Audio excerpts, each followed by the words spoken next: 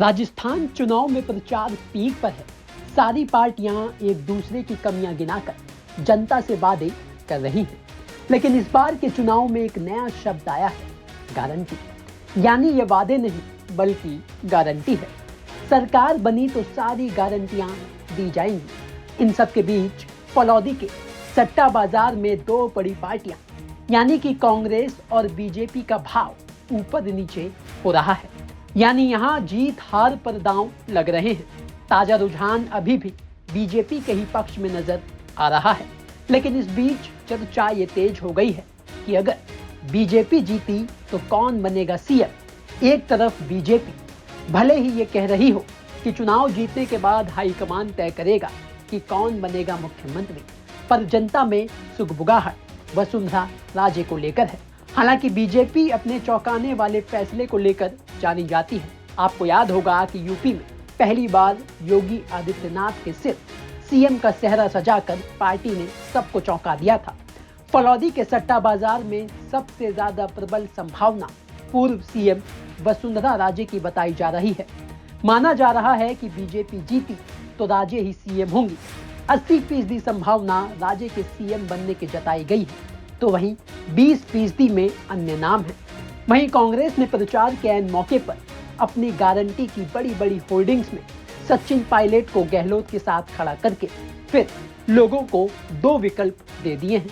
Pilot समर्थक लोगों के मन में फिर से आस जगा दी है।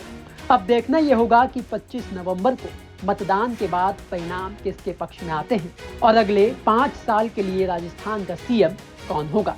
फलौदी बाजार में रुझान बदलता रहता है क्योंकि वोटिंग की तारीख तक मतदाताओं का मन बदलता रहता है। ताजा रुझान में एक बार फिर बीजेपी को 110 से ज्यादा यानी 122 से 125 सीटें मिलने की संभावना जताई गई है। वहीं कांग्रेस पार्टी को 62 से 65 सीटों पर सिमटने का दावा किया जा रहा है।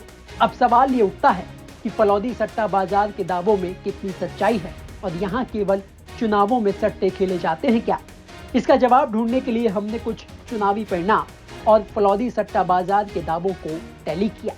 पता चला कि सटोदियों ने मई में कर्नाटक के लिए जो अनुमान लगाया था वो सही निकला।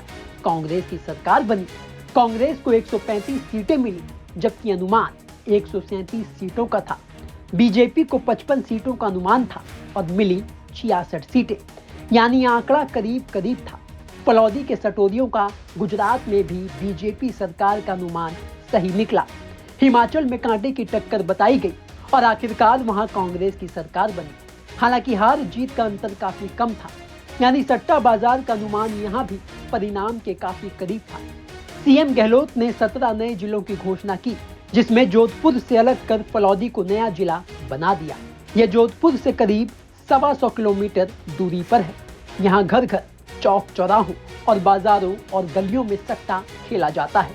यहाँ प्रदेश, देश और दुनिया में सरकार बनने से लेकर मौसम और क्रिकेट मैच तक का अनुमान लगाकर उसके भाव खोले जाते हैं। ब्यूरो रिपोर्ट, राजस्थान तक।